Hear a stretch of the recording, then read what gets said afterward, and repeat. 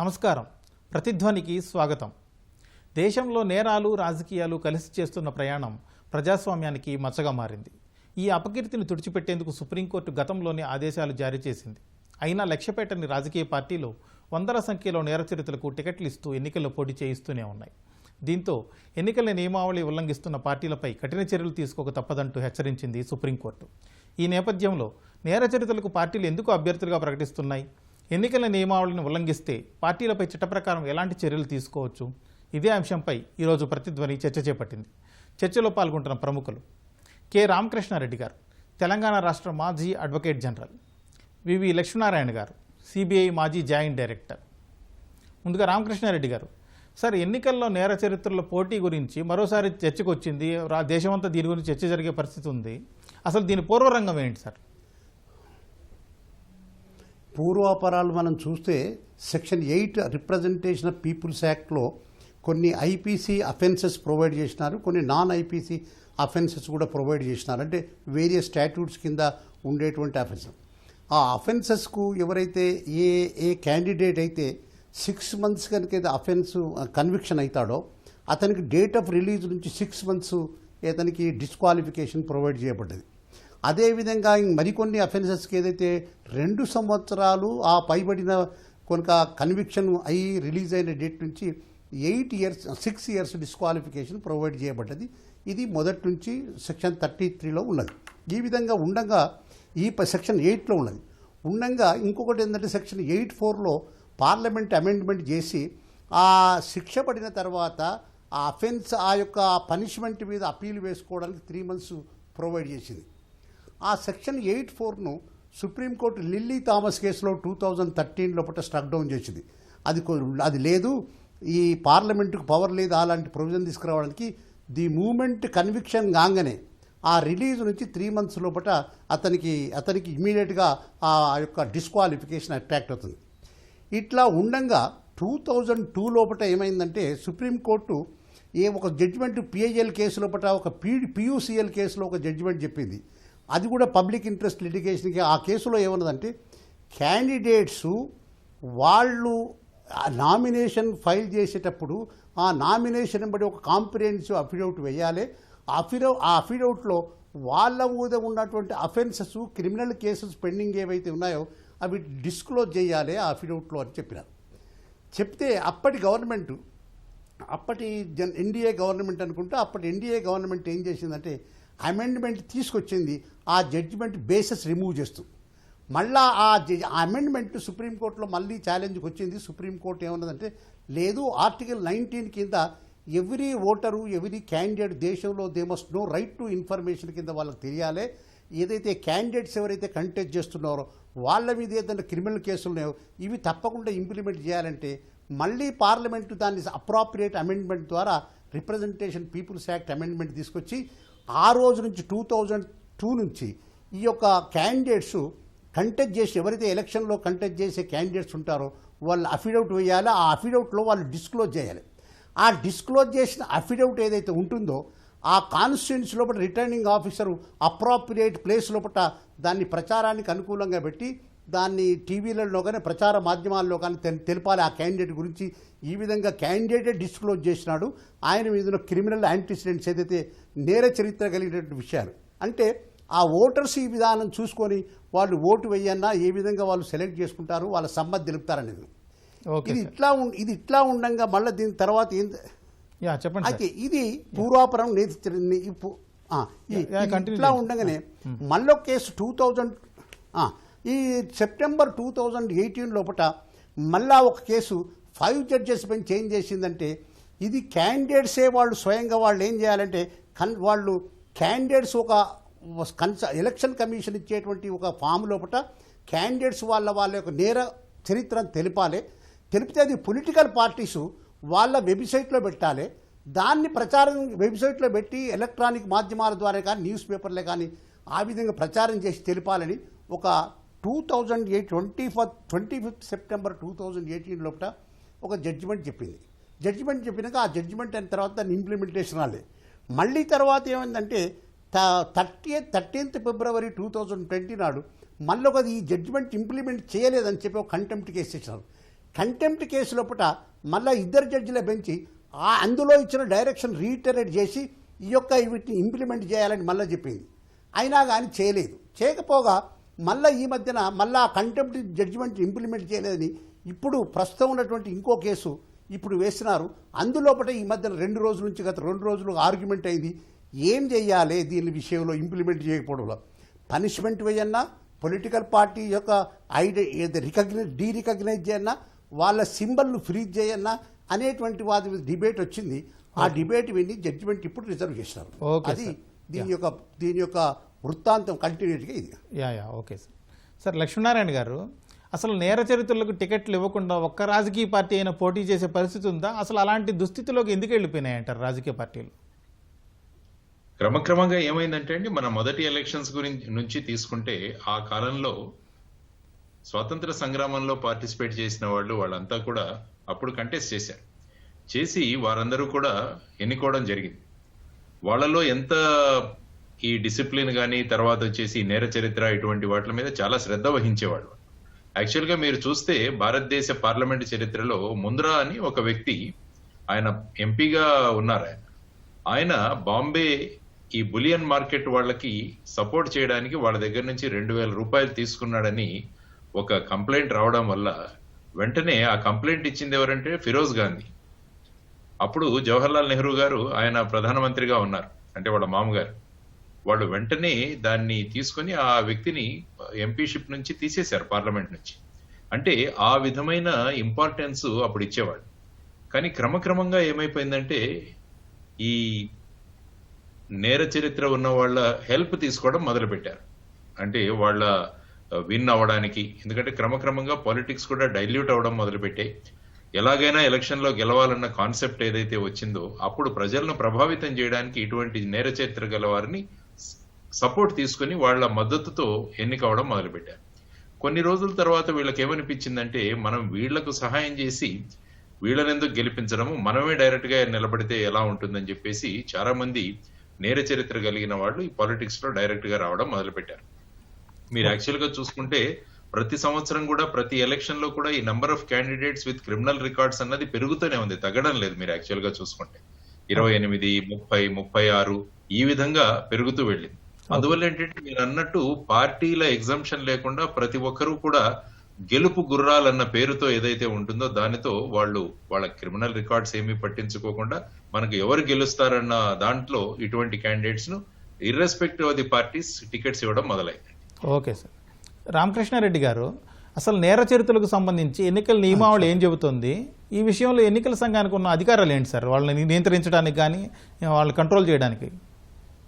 ఇప్పుడు ఎన్నికల సంఘానికి ఉండేటువంటి అధికారాలు ఏమైతుంటాయో ఇప్పుడు పర్సూయెంట్ సుప్రీంకోర్టు జడ్జిమెంట్ ద్వారా పార్లమెంటే కానీ కేంద్ర ప్రభుత్వమే కానీ అప్రోప్రియేట్ రూల్స్ ఫ్రేమ్ చేసి దీని అప్రోప్రియేట్ ఏదైతే ఆర్పీ యాక్ట్లో వేరే సెక్షన్స్ అమెండ్ చేసిందంటే దాని మీదనే వాళ్ళు యాక్షన్ తీసుకోవడానికి ఎలక్షన్ కమిషన్ వీలు పడుతుంది. కాకపోతే ఏంటంటే ఎలక్షన్ కమిషన్ ఇప్పుడు supreme court judgement, constitution bench judgement ఇచ్చినప్పటికీ కూడా అది జడ్జిమెంట్గానే నిలిచిపోయింది. ఆ పర్సూయెంట్ ద జడ్జిమెంట్ ప్రకారంగా ఎలక్షన్ కమిషన్ ఎలాంటి చర్యలు తీసుకున్నదో తీసుకోలేదో నాకు తెలియదు. కానీ ఈ యొక్క పార్లమెంటరీ కానీ గవర్నమెంట్ ఆఫ్ ఇండియానే కానీ రిప్రజెంటేషన్ పీపుల్స్ యాక్ట్లో ఈ జడ్జిమెంట్లో ఇచ్చినటువంటి డైరెక్షన్స్కి అనుకూలంగా ఆ రూల్స్ ఫ్రేమ్ చేయలేదు. ఆ రూల్స్ ఫ్రేమ్ చేయకపోవడం వల్ల ఎవరు దాన్ని అమల్లోకి తీసుకొచ్చినా అది పరిస్థితి లేదు. ఇప్పుడు సుప్రీంకోర్టు అది ఇంప్లిమెంట్ చేయకపోతే ఎవరిని పనిష్మెంట్ చేయాలి అంటే దానికి రూల్స్ తీసుకురాకపోవడం వల్ల కేంద్ర ప్రభుత్వాన్ని పనిష్మెంట్ చేయన్నా, లేకుంటే రూల్స్ తీసుకులేకుండా మా జడ్జిమెంటు ఎన్ఫోర్సబుల్ ఉంటుంది కనుక మీరు ఇంప్లిమెంట్ చేయాలని పొలిటికల్ పార్టీని చేయన్నా అనేటువంటి సందిగ్ధావస్థ. పొలిటికల్ పార్టీస్ చేసి ఇప్పుడు వాళ్ళ సింబల్ను ఫ్రీజ్ చేస్తారు, లేకుంటే వాళ్ళు డీరికగ్నైజ్ చేస్తారు. అన్ని పొలిటికల్ పార్టీస్ డీరికగ్నైజ్ చేసి అన్ని పొలిటికల్ పార్టీ దాదాపు అన్ని political party major political party contest చేసిన ఎలక్షన్లో వాళ్ళని డీరికగ్నైజ్ చేసి వాళ్ళ సింబల్ ఫ్రీజ్ చేస్తే సుప్రీంకోర్టు సెంట్రల్ గవర్నమెంట్ ఏం చేస్తుందంటే ఆ జడ్జిమెంట్ బేసెస్ని పోవడానికి తదనుగుణంగా వాళ్ళు మళ్ళీ అమెండ్మెంట్ తీసుకురావచ్చు.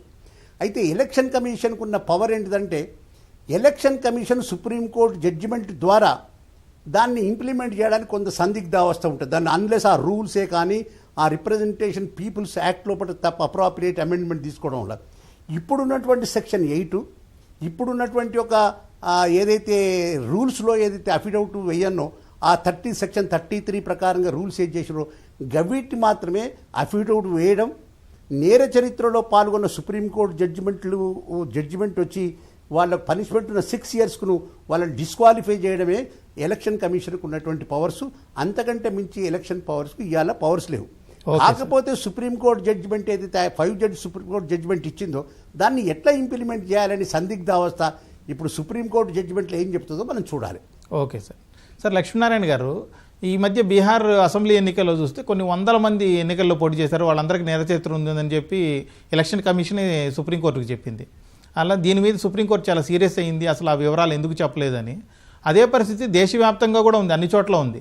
అయితే కోర్టులు, ఎలక్షన్ కమిషన్ ఇన్ని చెబుతున్నా, ఇన్ని రెస్ట్రిక్షన్స్ పెడుతున్నా కూడా పార్టీలు మాత్రం వాటిని పట్టించుకోకుండా వాటిని నేర చరిత్రలో టికెట్లు ఇస్తూనే ఉన్నాయి. అసలు లోపం ఎక్కడుందంటారు ఈ విషయంలో? అంటే ఒక సమాజంగా మనం ఆలోచించాల్సిన అవసరం చాలా ఉందండి. అంటే ఇప్పుడు ఎలాగైపోయిందంటే ఎలక్షన్స్ అన్నది ఒక ఈవెంట్ గా మారిపోయింది.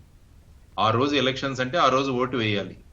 దీనివల్ల మన లైఫ్ ఏ విధంగా ఇంపాక్ట్ అవుతుంది, మన ఎకానమీ ఏ విధంగా ఉంటుంది, పాలితులు ఏ విధంగా ఉంటారు, పాలకులు ఏ విధంగా ఉంటారు, వీటి గురించి ఆలోచించే తత్వం కూడా పోయింది. తర్వాత ప్రభావంగా ముఖ్యంగా ఈ డబ్బు, తర్వాత కులం, ఈ ప్రభావాలు కూడా ఎక్కువగా సమాజంలో చోటు చేసుకున్నాయి. తర్వాత వచ్చేసి ఈ క్రిమినల్ రికార్డు ఉన్నవాళ్ళు. అందువల్ల ఏంటంటే ఈ టోటల్ గా ఒక పబ్లిక్ లోనూ మార్పు రావాలి, పొలిటికల్ పార్టీస్ లోనూ రావాలి.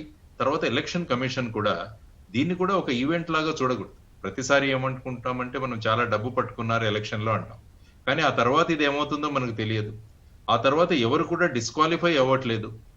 దానివల్ల ఏమవుతుందంటే ఎలక్షన్స్ ఆర్ పీస్ఫుల్లీ కండక్టెడ్, అంతవరకు మాత్రమే మనం పరిమితం అవుతున్నాం. కానీ ఎలక్షన్స్ ముగిసిన వెంటనే యాక్చువల్ గా ఎలక్షన్ కమిషన్ యొక్క డ్యూటీ మొదలవ్వాలని నేను అంటా.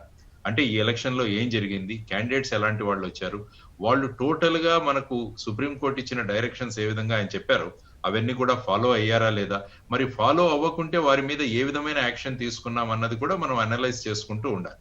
అంటే ఇప్పుడు మీరు అంటున్నారు బీహార్ ఎలక్షన్ లో చాలా మంది ఏదైతే మన సుప్రీంకోర్టు ఇచ్చిందో నామినేషన్ వేసిన తర్వాత 2 వారాల్లో కనీసం 3 సార్లు ప్రామినెంట్ పేపర్స్ లో ఈ క్రిమినల్ రికార్డ్ ఏదైతే ఉందో క్యాండిడేట్స్ ని వాటన్నిటిని పబ్లిష్ చేయాలి. అదే విధంగా మీడియాలో కూడా చూపించాలి. తర్వాత పొలిటికల్ పార్టీస్ యొక్క డ్యూటీ ఏంటంటే మేము ఈ క్యాండిడేట్లకే సీట్లు ఎందుకు ఇవ్వాల్సి వచ్చిందని కూడా వాళ్ళు కూడా ఎక్స్ప్లెనేషన్ ఇవ్వాలి. ఇవన్నీ కూడా సుప్రీంకోర్టు ఆర్డర్ లో ఉన్నాయి. కానీ ఇప్పుడు ఏమైంది ఫైనల్ గా, అది చాలా మంది పాటించలేదు. కాబట్టి ఇప్పుడు కంటెంప్ట్ ఆఫ్ కోర్ట్ కింద ఇప్పుడు సుప్రీంకోర్టులో ఇది జరుగుతోంది. సో ఇప్పుడు కంటెంప్ట్ ఆఫ్ కోర్ట్ కింద ఏం చేస్తారన్నది అందరూ చూస్తున్నాం. ఎందుకంటే 2 పార్టీలు, I think CPIM and NCP, 2 పార్టీలు అపాలజీస్ చెప్పుకున్నాయి. కానీ సుప్రీంకోర్టు జడ్జి నారిమన్ గారు ఏమన్నారంటే, రోహింటన్ నారిమన్ ఏమన్నారంటే, ఇది అపాలజీస్ తో జరిగేది కాదు, మీరు యాక్చువల్ గా మీరు మారాలి. ఇది అపాలజీస్ తో జరిగేది కాదు, క్షమాపణలు కోరమని అడిగితే అయ్యేది కాదు, మీలో మార్పు రావాలి. కాబట్టి వాళ్ళు జడ్జిమెంట్ రిజర్వ్ చేశారు. ఇది వెరీ ఇంపార్టెంట్ జడ్జిమెంట్ అవ్వాలి. పొలిటికల్ పార్టీస్ లో ఇలాంటి వాళ్ళను డిస్క్వాలిఫై చేస్తే ఏదైనా భయమైనా ఉండాలి, భక్తి అయినా ఉండాలి. ఏదైనా ఇప్పుడు భక్తి లేదు, ఎందుకంటే నియమాల పట్ల భక్తి లేదు. కాబట్టి వాళ్ళలో భయం క్రియేట్ చేయాలి. ఆ విధమైన జడ్జిమెంట్ రావాలని నేను అంటాను. సార్ రామకృష్ణారెడ్డి గారు, ఇప్పుడు అభ్యర్థులు నేర చరిత్రను వెల్లడించే ఎన్నికల సంఘం కొన్ని నిబంధనలు విధించింది, అయినా కూడా పోటీ చేస్తూనే ఉన్నారు నేర చరిత్రలు. ఏమైనా నిబంధనలు ఏమైనా లొసుగులు ఉన్నాయంటారా? నిబంధనల్లో లొసుగులు లేవు. నిబంధనలు లొసుగులు అంటే ఇప్పుడు ఈ ఫిబ్రవరి 2020 లోపల ఏదైతే సుప్రీంకోర్టు కాన్స్టిట్యూషన్ బెంచ్ జడ్జిమెంట్ ఏమిచ్చిందంటే, ఈ ఎవరి నేర చరిత్ర కలిగినటువంటి క్యాండిడేట్స్ వాళ్ళు ఒక ఎలక్షన్ కమిషన్ ఇచ్చిన ఫామ్ లోపల ఫిలప్ చేయాలి. ఆ ఫిలప్ చేసినటువంటి ఫామ్స్ ఆ క్యాండిడేట్స్ కంటెస్ట్ చేసే ముందు ఎలక్షన్ కమిషను, ఆ పొలిటికల్ పార్టీసు దాన్ని అప్రాప్రియేట్గా ఎలక్షన్ కాన్స్టిట్యున్సీలే కానీ దాన్ని అడ్వర్టైజ్మెంట్ ద్వారా ప్రచారం చేయాలి. ప్రచారం చేసిన ద్వారా ఓటర్సు దాన్ని చూసి వాళ్ళు ఓటు వెయ్యన్నా లేదా అనేటువంటి జడ్జిమెంట్ వాళ్ళు నిర్ణయం తీసుకోవడానికి అవకాశం ఉంటుందని దాని ఆబ్జెక్టివ్. కాకపోతే ఏంటంటే ఈ యొక్క జడ్జిమెంట్ ప్రకారంగా సెంట్రల్ గవర్నమెంటు ఏ రూల్స్ రూపకంగా ఎలక్షన్ రిప్రజెంటేషన్ పీపుల్స్ యాక్ట్ లోపల రూల్ మేకింగ్ అథారిటీ రూల్స్ చేయలేదు. అంటే ఒక జడ్జిమెంట్ ద్వారానే ఎలక్షన్ కమిషన్కు ఆబ్లిగేషన్ ఉంటుంది, కానీ ఈ రిప్రజెంటేషన్ పీపుల్స్ యాక్ట్లో తగు సెక్షనే కానీ తగు రూల్సే కానీ అమెండ్మెంట్ చేయకపోతే ఎలక్షన్ కమిషన్ ఒక యాక్షన్ తీసుకోవడం చాలా కష్టంగా ఉంటుంది. ఈ pursuant to the constitution bench government of India act చేయాల్సి ఉండే, రూల్స్ తీసుకురావాల్సి ఉండే, అప్రోప్రియేట్ రూల్స్. ఒకవేళ గవర్నమెంట్ ఆఫ్ ఇండియాకు ఈ జడ్జిమెంట్ కరెక్ట్ కాదంటే రివ్యూ వేసేది ఉండే. గవర్నమెంట్ ఆఫ్ ఇండియా రివ్యూ వేయలేదు, తర్వాత రూల్స్ పూర్వకంగా దాన్ని పొందుపరచలేదు రిప్రజెంటేషన్ పీపుల్స్ యాక్ట్లో. కాకపోగా మళ్ళీ కంటెంప్ట్ లోపల సంవత్సరం కింద కంటెంప్ట్లో ఫిబ్రవరి లోపల కంటెంప్ట్ లోపల ఇవే డి డైరెక్షన్సే రీటరేట్ చేసినప్పటికీ కూడా అవి ఇంప్లిమెంట్ చేయకపోవడం, ఇప్పుడు సుప్రీంకోర్టు సీరియస్గానే వ్యూ తీసుకొని టైం ఇస్తుందా, లేకుంటే పొలిటికల్ పార్టీని డీరికగ్నైజ్ చేస్తుందా, వాళ్ళ సింబల్ ఫ్రీజ్ చేస్తుందా, లేకుంటే వీళ్ళ మీద యాక్షన్ తీసుకోమని ఎలక్షన్ కమిషన్కి ఏదైనా డైరెక్షన్ ఇస్తుందా, అప్రాపరియేట్ డైరెక్షన్ అనేది ఇది మనం వేచి చూడాల్సిన విషయం.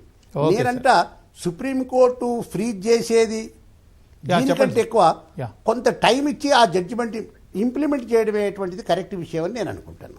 Okay sir. లక్ష్మీనారాయణ గారు, ఇప్పుడు ప్రస్తుతం ఉన్న లోక్సభ సభ్యుల్లో చూస్తే 43% మంది నేర చరిత్ర ఉన్నవాళ్లే అని చెప్పి కొన్ని నివేదికల ద్వారా తెలుస్తుంది. అసలు ఎన్నికల్లో ఎన్నో హామీలు ఇస్తుంటాయి అన్ని పార్టీలు కూడా, క్లీన్ పాలిటిక్స్ చేస్తామని చెప్పి.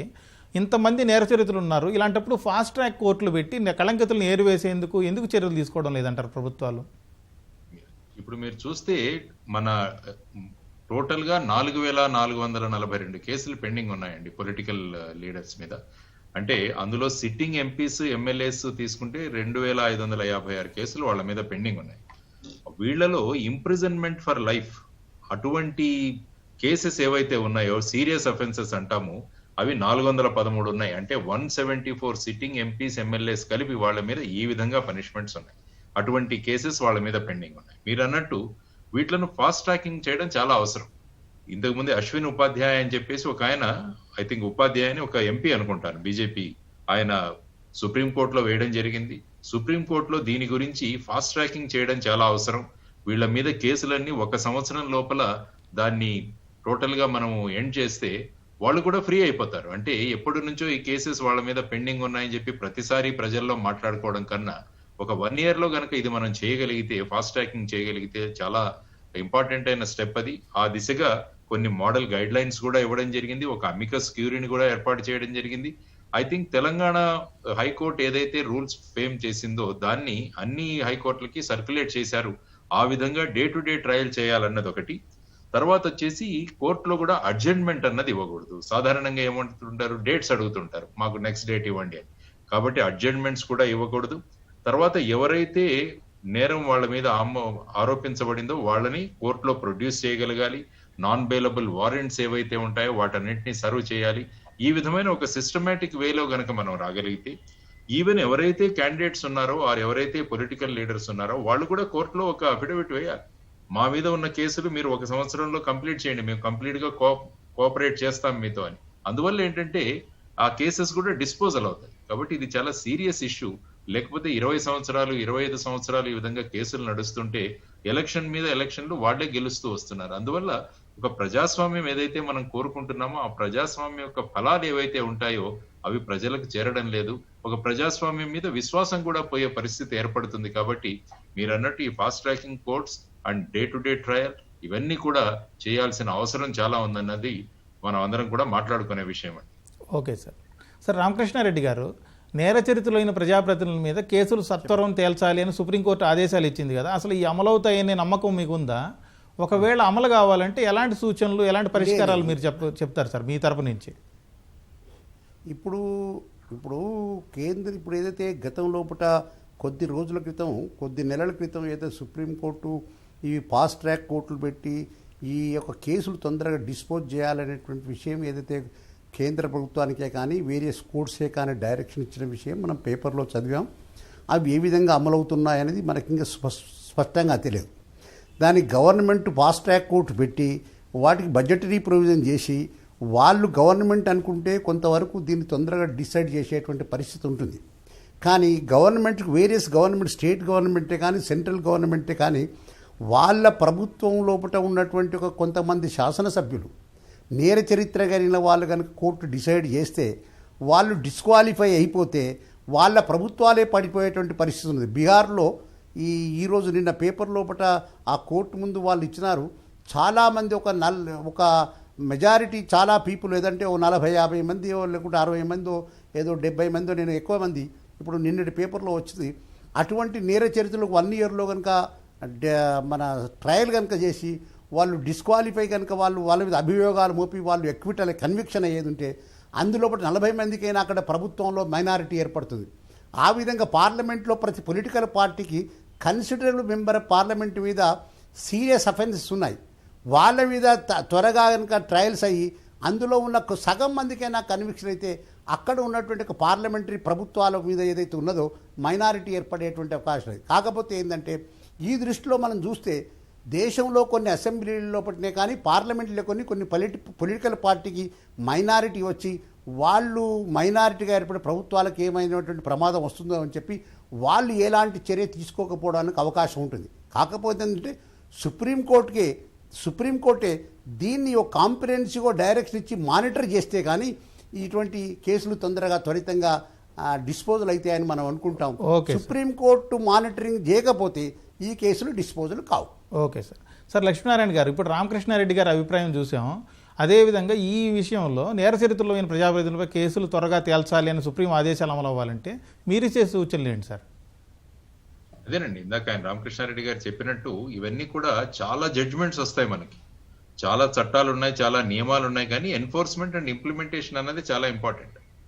ఏమైందంటే ఈ సిస్టమ్ లో చాలా లూప్ హోల్స్ ఉండడం వల్ల ఈ కేసెస్ అలా ప్రొలాంగ్ అవుతూనే ఉంటాయి. అందువల్ల ఏంటంటే ఒక మిషన్ మోడ్ లో గనక మనం ఇది చేస్తూ సుప్రీంకోర్టు యొక్క డే టు డే మానిటరింగ్ కానీ ఆ విధంగా చేసుకుంటూ వెళితే ఏమవుతుందంటే అప్పుడు వీటిని ఫాస్ట్ ట్రాకింగ్ లో తొందరగా చేయాల్సిన అవసరం చాలా ఉంది. లేకుంటే ఏమవుతుందంటే ఇలాగే కంటిన్యూ అవుతూ ఈ విధంగా నేర చరిత్ర ఉన్న వాళ్ళు మళ్ళా ఎలక్షన్ లో కంటెస్ట్ చేస్తూ ఒక మిగతా వ్యక్తులు ఎలక్షన్ లో కంటెస్ట్ చేయాలంటే ఆలోచించే విధంగా చేసే పరిస్థితులు ఉన్నప్పుడు that cannot be called as a true democracy అండి. దీని గురించి మనం ఆలోచించాల్సిన అవసరం చాలా. ఓకే సార్ రామకృష్ణారెడ్డి గారు, రాజకీయాల్లో నేర చరిత్రలు కట్టడి చేసేందుకు సుప్రీంకోర్టు సహా స్థానికంగా హైకోర్టులు కానీ ఇతర కోర్టులు కానీ చాలా ప్రయత్నాలు చేస్తున్నాయి, క్రియాశీలకంగా వ్యవహరిస్తున్నాయి. అయితే అవి కోర్టులు ఇచ్చే ఆదేశాలు అమలు జరగడం లేదు. ఈ ఎక్కడ లోపం ఉంది? అమలు జరగాలంటే ఏం చేయాలంటారు? అమలు జరగాలంటే ఫస్ట్ రెస్పెక్టివ్ స్టేట్ గవర్నమెంట్స్కు బడ్జెటరీ అలొకేషన్ చేయమని చెప్పి డైరెక్షన్ ఇవ్వాలి. Within the time frame లోపల బడ్జెటరీ అలొకేషన్ చేసిన తర్వాత హైకోర్టు సైన్ చేయాలంటే వాళ్ళు special court fast track courts provide చేయాలి. ఫాస్ట్ ట్రాక్ కోర్టు ప్రొవైడ్ చేయాలంటే ఆ కోర్టు హాల్స్ కావాలి, అక్కడ క్లరికల్ స్టాఫ్ కావాలి, దానికి అక్కడ అపాయింట్ చేసేటువంటి ఒక ప్రత్యేకమైన జడ్జిలకు ఇవన్నిటికీ డబ్బుతో కూడుకున్నటువంటి ఇష్యూ కనుక వేరే హైకోర్ట్సే కానీ సుప్రీంకోర్టు రెస్పెక్టివ్ స్టేట్ గవర్నమెంట్ మొదలు budgetary allocation central government state గవర్నమెంట్కి బడ్జెటరీ అలొకేషన్ చేయమని ఆ బడ్జెటరీ అలొకేషన్ చేసిన వెంటనే వీళ్ళు హైకోర్ట్స్ ఇమీడియట్గా కోర్ట్స్ని ఎస్టాబ్లిష్ చేసి వీటిని టైం బౌండ్ ట్రయల్ స్టార్ట్ చేస్తే కానీ ఈ కేసులు త్వరితంగా అవుతాయి. అది త్వరితంగా కావడానికి అవకాశం ఉంటుంది. లేకపోతే మామూలు వట్టి డైరెక్షన్ ఇవ్వడం వల్ల ఆ respective state government budgetary allocation చేయదు, వీళ్ళు హైకోర్టు కోర్ట్స్ ఎస్టాబ్లిష్ చేయడానికి వీలు పడదు. కేసులు ఎట్లా ఉన్నాయి మనకు తెలిసినంత వరకు మన రాష్ట్రం లోపల తెలంగాణ రాష్ట్రంలో ఒక వ్యక్తి మీద గత 10 సంవత్సరాల నుంచి కేసు ఉంది. ఇంతవరకు ఆ ఛార్జెస్ ఫ్రేమ్ చేసి ఆ ఎవిడెన్స్ రికార్డ్ చేసినటువంటి అవకాశం లేదు. ఎందుకు? కారణం ఏంటి? దానికి తగు విధమైనటువంటి ఫాస్ట్ ట్రాక్స్ కోర్టు ఏర్పాటు చేసి బడ్జెటరీ అలొకేషన్ లేక కోర్ట్స్ మానిటర్ లేక ఆ విధంగా ఎన్నో కేసులు ఉంటాయి. ఈ విధంగానే కంటిన్యూ అవుతుంది. కనుక దీనికి బడ్జెటరీ అలొకేషన్ కావాలి, time to time directions monitor చేసేటువంటి అవకాశం ఉండాలి. Okay sir, thank you sir. Thank you Ramakrishna Reddy గారు. థ్యాంక్ యూ లక్ష్మీనారాయణ గారు. మన అతిథులు లక్ష్మీనారాయణ గారు అలాగే రామకృష్ణారెడ్డి గారు చెబుతున్న దాని ప్రకారం రాజకీయ పార్టీలు సుప్రీంకోర్టు కానీ హైకోర్టులు కానీ ఇతరత్ర ఉన్నత న్యాయస్థానాలు ఇచ్చేటువంటి ఆదేశాలని ఖచ్చితంగా అమలు చేసి రాజకీయాల్లో నేర చరిత్రకు టికెట్లు ఇవ్వకుండా చర్యలు తీసుకోవాలని, అప్పుడే ప్రజాస్వామ్యం ఫెరడవిల్లుతుందని అంటున్నారు. ఇది ఇవాల్టి ప్రతిధ్వని. నమస్కారం.